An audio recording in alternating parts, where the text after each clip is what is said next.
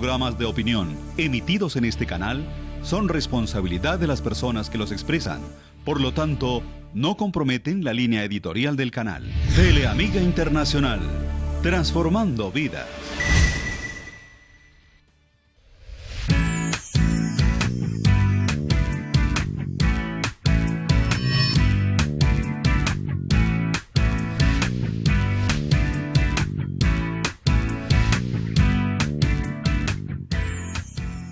Hola, ¿qué tal amigos? Muy buenas noches para todos, un cordial saludo y bienvenidos a este su programa Nada es Imposible. El día de hoy tenemos un tema y es primaria infancia bíblica, y para hablar de ello tenemos como invitado a Bill Carrascal, quien es un predicador católico. Bill, muy buenas noches y bienvenido. Buenas noches, Alexandra, buenas noches, teleamigos. Quiero compartir con ustedes un aprendizaje que me ha regalado el Espíritu Santo en esta tarea de orar especialmente por aquellos traumas que están asociados a la etapa en la que estamos en el vientre materno, y también por aquella etapa cuando somos amamantados por mamá.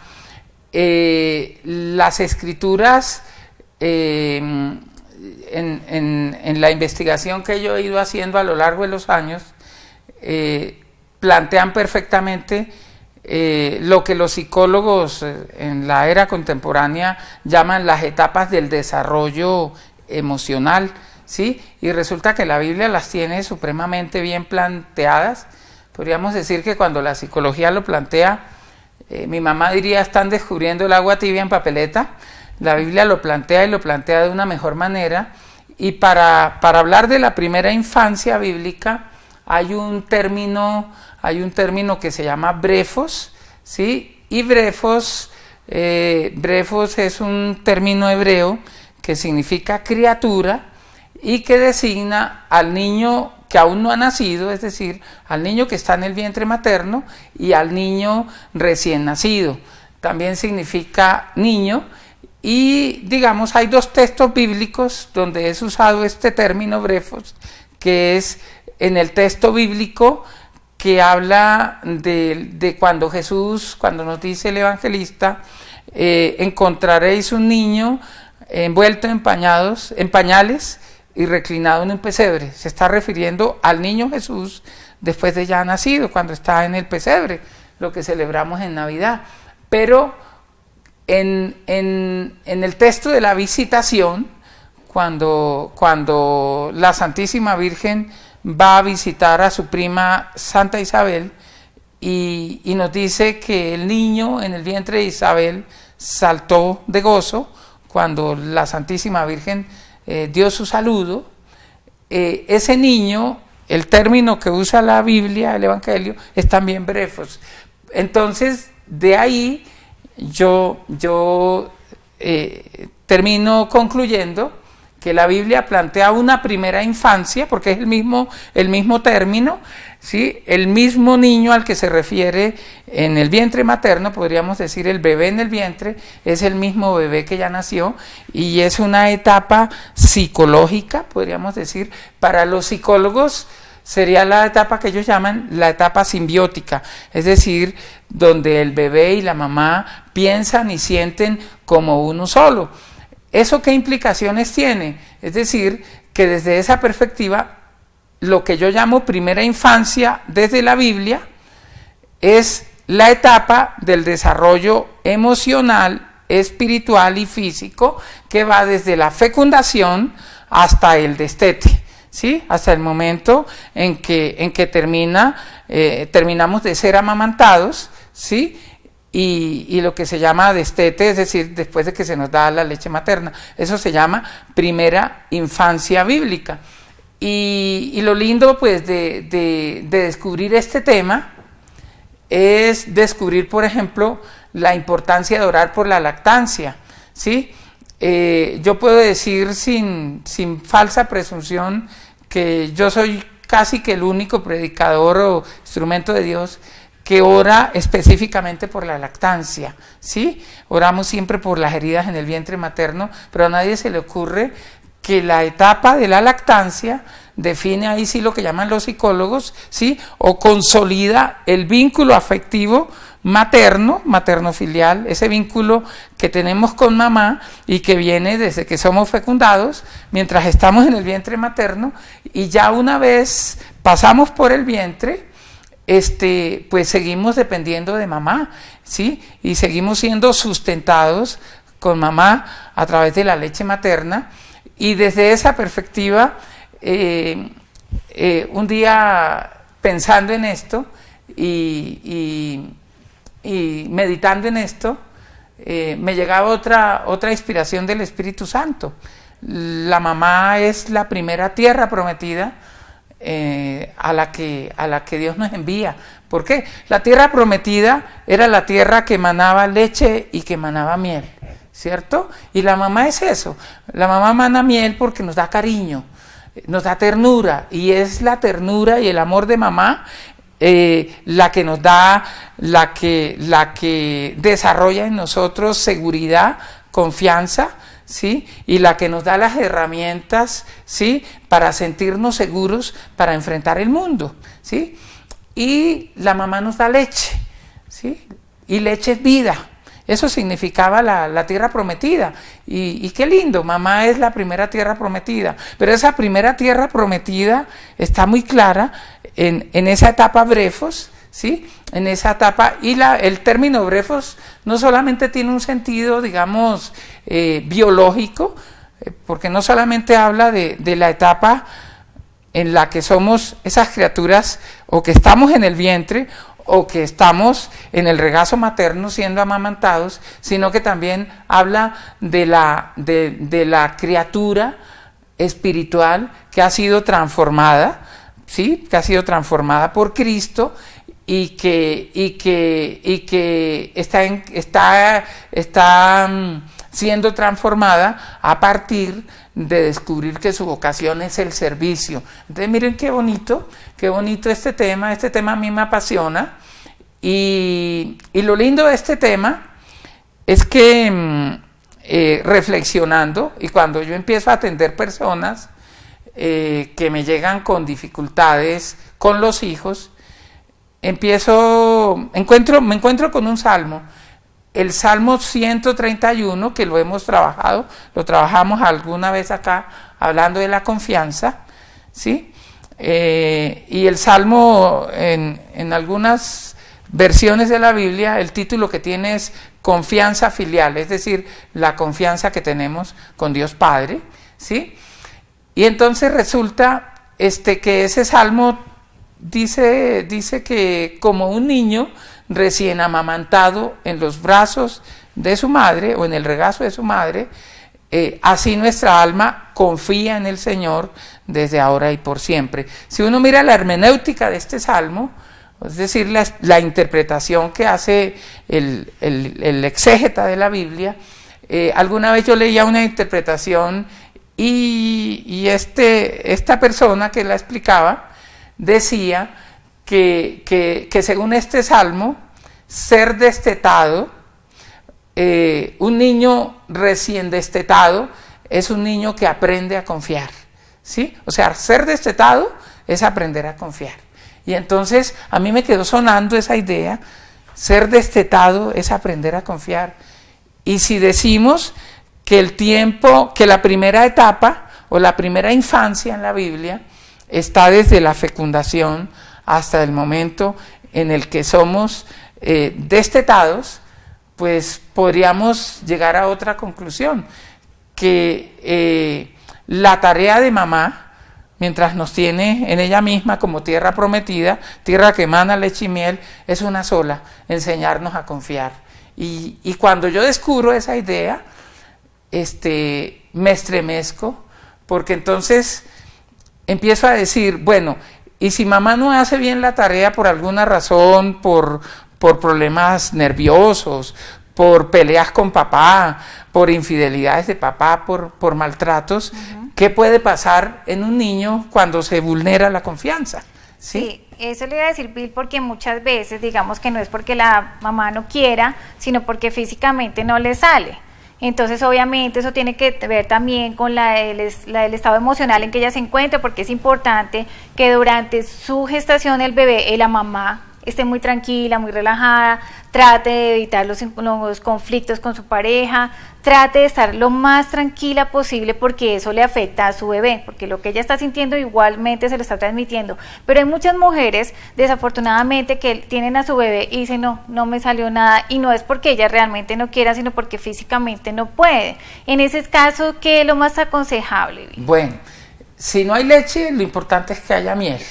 Y la miel puede suplir la leche, ¿sí? Es decir, que haya afecto, que haya cariño, que la mamá lo cuide, pero no lo sobreproteja, porque también la sobreprotección, ¿sí? También puede generar problemas. Y a mí siempre me gusta ilustrar todo con casos, ¿cierto? Porque cuando yo entendí esto, yo dije, bueno, ¿y si esa confianza se desarrolla a través de la comida, la leche que nos da mamá? ¿Qué pasa si por alguna razón la mamá no quiere darnos leche, ¿cierto? O está enferma. ¿O qué pasa si la mamá tiene un duelo, pierde un ser querido y por no contagiar al bebé de ese dolor que ella tiene en su corazón, qué pasa? Y entonces yo dije, y resulta que me llega un caso de un niño con un síndrome parecido al autismo, ¿sí? Estaba desarrollando casi autismo, y yo me puse a pensar, ¿cierto? No sé, porque me empecé a dar cuenta que los niños que tenían esta dificultad eran niños que tenían conflictos o tenían distancia con la mamá y no con el papá, ¿cierto? Hay una tendencia a que el niño con este tipo de traumatismos tiene la tendencia a distanciarse y a rechazar a la mamá, ¿cierto? Entonces me llegó un caso y yo pregunté, ¿y cómo le va al niño con la mamá? Mal, el niño rechaza a la mamá, el niño patalea cuando la mamá. Yo le dije, ¿y cómo le va al niño cuando la mamá le da comida? El niño rechaza la comida que mamá le da, pero ¿y si se la da el papá? No, el niño come. ¿Y si se la da la abuela? El niño come. Entonces empecé a encontrar que había un vínculo entre la comida, entre la leche materna y el afecto. Y empecé a descubrir, en ese caso puntual, curiosamente no eran católicos, y bueno, alguien les dijo, pues vayan. Y yo les propuse a la mamá, venga, vamos a orar, y usted le va a pedir a Jesús que vaya y le lleve el abrazo a su hijo, y bueno, yo le dije, ¿cómo le fue en la lactancia? Pues me dijo, pues vea lo curioso, yo amamanté bien a mi niño, pero lo amamanté como 2 meses, a los 2 meses murió mi papá, y a mí me dio muy duro la muerte de mi papá. Entonces yo, por no contagiar al niño de ese dolor, decidí suspenderle el pecho, pero resulta que a la semana intenté lactarlo y él me rechazaba. Yo intenté lactarlo una semana más y él ya me rechazó. Y yo le dije, y de casualidad ese día el niño empezó a desarrollar ese autismo, y me dijo, sí, curiosamente desde eso él empezó como a distanciarse. Y yo le dije, pues le voy a decir, en mi concepto el niño no tiene autismo, el niño no quiere hablar con la mamá porque siente que la mamá le transmitió ese dolor. Y yo le dije, ¿y cómo le fue en el vientre materno? ¿Cómo le fue al niño? Dijo, pues vea, yo le dije, ¿usted tuvo alguna pérdida antes? Dijo, sí, yo tuve una niña y me desembarazaron a los 6 meses, ¿cierto? Y entonces yo le dije, yo en la oración sentía como si el niño tuviera rabia con usted, porque usted prefirió vivir usted, ¿sí?, a que viviera la niña, y todo eso. Y entonces yo le dije, mire, vamos a hacer un ejercicio muy sencillo. Cierre los ojos, pídale a Jesús y a su santo ángel de la guarda que vaya y se comunique con el santo ángel de la guarda de su hijo, y le va a pedir perdón, le va a explicar que usted no lo hizo, que ese dolor, ¿sí? Y miren, fue impresionante porque el niño ese mismo fin de semana se fue a abrazar a la mamá, ¿sí? Y a los 2 meses el niño estaba completamente sano, ¿sí? Entonces yo podría contar muchos casos porque han pasado, pero después empecé a descubrir otra cosa. A veces las adicciones o los desórdenes alimenticios o ciertas adicciones o la bulimia o la anorexia puede estar asociada a traumatismos en la etapa de la lactancia. ¿Alguna vez a a una psiquiatra, amiga, por la que estaba orando, ¿sí? Ella tiene dificultades, digamos, le cuesta trabajo la relación con su mamá, y yo le pregunté cómo te fue en la lactancia. Me dijo, pues mi mamá me contó que yo desarrollé alergia contra la leche materna, y yo le dije, y de casualidad, lo que tú sientes frente a tu mamá podríamos decir que es alergia, y me dijo, mejor palabra no podría usar. Y yo les podría contar muchos casos, pero definitivamente en esa experiencia que el Señor me ha dado de orar por estas cosas, es claro que el vínculo materno nos afecta. No quiero que se entienda que es que las mamás son culpables de muchas cosas que nos pasan, pero bueno, Dios y la naturaleza quiso que nosotros dependiéramos de ustedes, o todos los seres humanos, que la etapa más importante de nuestra vida, las bases, la estructura, estuviera asociada a mamá, ¿cierto? Y bueno, pues así lo quiso Dios, y no es para sentirse culpable, sino para aprender a ser más responsables y más cuidadosas en esa etapa, ¿cierto? Porque la segunda etapa, que es la segunda infancia bíblica, que otro día podemos hacer un programa de eso, ¿cierto? Luego vienen otras infancias, y por ejemplo, después del destete, ¿sí? Viene una etapa donde papá empieza a ser importante, y donde papá empieza a tener incidencia no solo en el desarrollo emocional, sino también responsabilidad en muchos traumas que podemos terminar desarrollando. Totalmente, ¿sí? De acuerdo, Bill. Pero otra pregunta, hay muchas mamitas que tienen a sus hijos y tienen que salir a trabajar. Entonces están en su trabajo, y lo que ellas hacen es recolectar su leche, la guardan en unos containers y se lo dan en la noche a sus hijos, o lo guardan en las neveras y se lo dan a los hijos. Obviamente, digamos que esto ya es una fuerza mayor, porque pues obviamente ahorita las parejas tienen que trabajar los dos para poder sacar un niño adelante, porque pues igualmente la situación está complicada. Esas mamitas obviamente lo hacen porque son responsables con sus hijos y les quieren dar un mejor futuro. Obviamente los de ellas llegan también de sus casas y abrazan a sus hijos, tienen tiempo con sus hijos. Pero ¿qué pasa con esas mamitas que dejan la leche? Pues obviamente otra persona tiene que saber dárselo y dárselo en un tetero, ¿no? Sí, lo importante, pues hay situaciones de fuerza mayor, pero lo importante es que digamos, de pronto no se trata de tener cantidad de tiempo, pero sí calidad de tiempo, y lo importante es que el tiempo que tú compartas con tu hijo le des mucha ternura, pero sobre todo le des mucha seguridad, ¿cierto? Porque si destete es aprender a confiar. Entonces, ¿qué es lo importante? Que la mamá no le transmita al bebé, sea a través de la lactancia o sea a través de tenerlo en sus brazos o tenerlo en su vientre, que no le transmita las rabias, las broncas, las desconfianzas que tiene, por ejemplo, con el papá del bebé, ¿cierto? Es tan importante esta etapa que digamos, un niño que desarrolla rabia con papá o desconfianza con papá, esa desconfianza puede que aparentemente no haya una razón lógica, porque el niño nunca ha visto nada malo en el papá, pero es posible que sean los pensamientos y los sentimientos que la mamá tiene mientras está embarazada o mientras está lactando al bebé, que se los ha transmitido, y es que la mamá en el vientre materno y mientras nos lacta, nos enseña a confiar ¿en quién? En papá Dios, en mi papá biológico, nos enseña a confiar en la comida, nos enseña a confiar en la naturaleza, en el otro, es todo, ¿cierto? Porque es que cuando después uno va a mirar, por ejemplo, si tú analizas qué pasó en el Edén, ¿cuál fue la estrategia de la serpiente con Eva y después a través de Eva con Adán? Es decir, enseñarlos a desconfiar de Dios. Sí, ¿sí? Y por la desconfianza que sembró en ellos, ¿sí?, ocurrió el pecado original. En el mecanismo psicológico del pecado está la desconfianza. En el mecanismo psicológico de los grandes, de las malas decisiones que tomamos, siempre hay un pecado de desconfianza. A mí me llegan muchas parejas, me mandan algunos psicólogos católicos o psiquiatras, o terapeutas de pareja me mandan parejas para ayudarles en esta tarea de reconciliarse, de entenderse, y lo primero que yo encuentro es que relaciones muy sólidas se empiezan a fracturar porque en algún momento alguien le calentó el oído, ¿sí?